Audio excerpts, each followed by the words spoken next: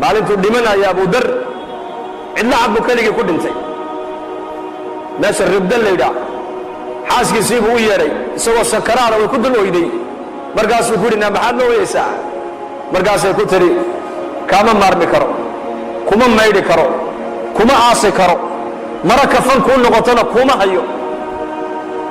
markaasuu ku yidhi dhegayso halkaa u bax tuurkaa u bax buu ka yidhi safar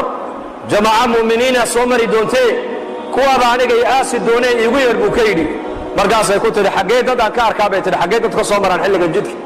xajigii xajka ka noqonayna uu go'ay haddee toole oo xajkiina mar horaa laga noqdee dadka dariiqa soo marayaad sheegaysa waa dadkee bay ku tidhi nayaay dhegaysa buu yidhi koox anigu aan ka mid ahay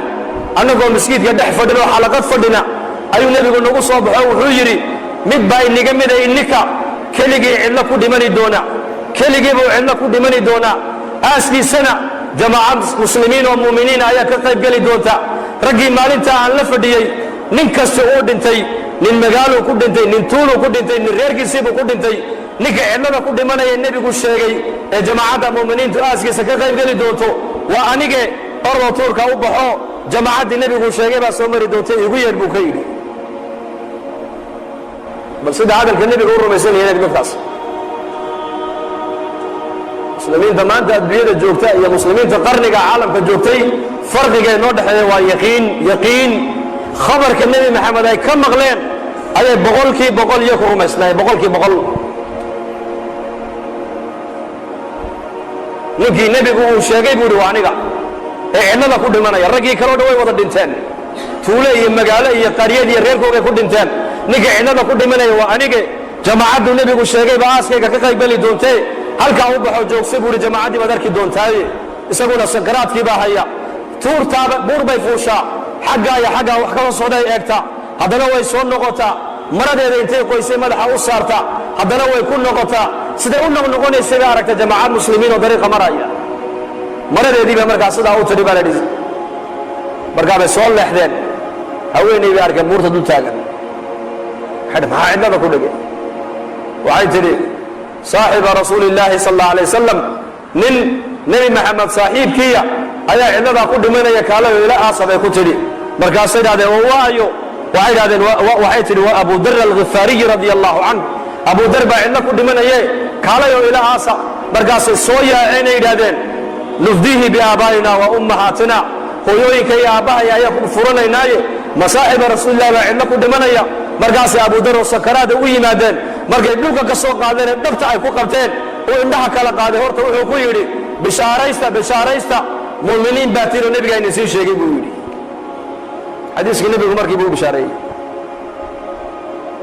ta kalena wuxuu yidhi dhegaysta laba qof oo muslimiina walaalkood ma dhinto hadday u sabraan oo aynan u ooyin oo ixtisaabna ilaahay ajar ka dalbaan oy u sabraan addoonkaasi naar ma arkee waa niga dhimanayaa maantao cidlaa ku dhimanaya nebigaa i sheegee hay ooyine iska sabr buu ku yidhi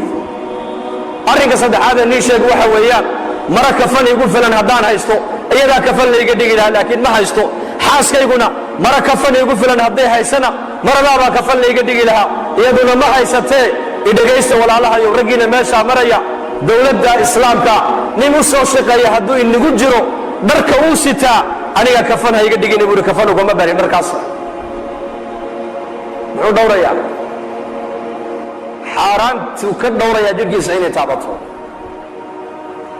diin buu wataa taqwad buu wataa iimaan buu wataa zaad buu wataa